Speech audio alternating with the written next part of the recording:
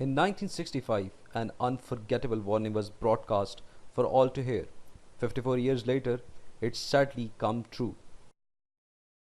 Paul Harvey, the news commentator and talk radio pioneer, whose staccato style made him one of the United States' most familiar voices, reached more than 24 million listeners at the peak of his career. Although he was very accurate on everything he had to say, no one could imagine that his famous words from 54 years ago would become the reality of today. I read this today and thought how relevant it is. The speech was broadcast by legendary ABC radio commentator Paul Harvey on April 3rd, 1965. He starts his prophecy by saying, "If I were the devil," and then continues discussing issues that are these days ours to face. Everybody should listen to this. Sad to say, but Paul Harvey was on spot 54 years ago. If I were the devil, if I were the prince of darkness, I would want to engulf the whole earth in darkness. I would have a third of its real estate and four-fifths of its population. But I would not be happy until I had seized the rippest apple on the tree. So I should set about, however necessary, to take over the United States. I would begin with a campaign of whispers. With the wisdom of a serpent, I would whispers to you, as I whispers to the Eve, do as you please. To the young, I would whisper, the Bible is a myth. I would convince them that man created God instead of the other way around. I would confide that what is bad is good and what is good is square.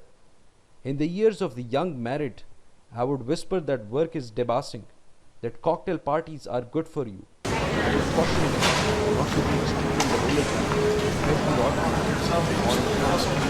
And the old I would say after me, our father, which are not worshiping. Then I would get organized.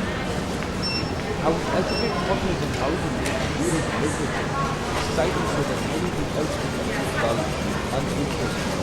I would present with working unions.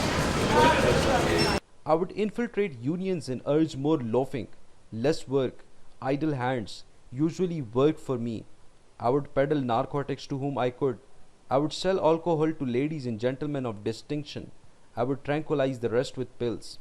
If I were the devil, I would encourage schools to refine young intellects, but neglect to discipline emotions. Let those run wild. I would designate an atheist to front for me before the highest courts, and I would get preachers to say, she's right. With flattery and promises of power, I would get the courts to vote against God and in favor of pornography. Thus I would evict God from the courthouse, then from the schoolhouse, then from the houses of Congress. Then in his own churches I would substitute psychology for religion and defy science. If I were Satan, I would make the symbol of Easter an egg and the symbol of Christmas a bottle.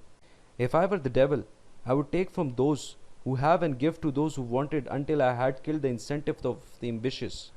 Then my police state would force everybody back to work. Then I would separate families, putting children in uniform, women in coal mines, and objectors in slave labor camps. If I were Satan, I would just keep doing what I am doing and the whole world go to hell as sure as the devil. I used to listen to Paul Harvey with my mom in the 70s. He's very accurate on everything he says. All the things he mentioned 54 years ago are exactly what's going on now. Incredible cut. Incredible man. Incredible insight. Share this if you agree.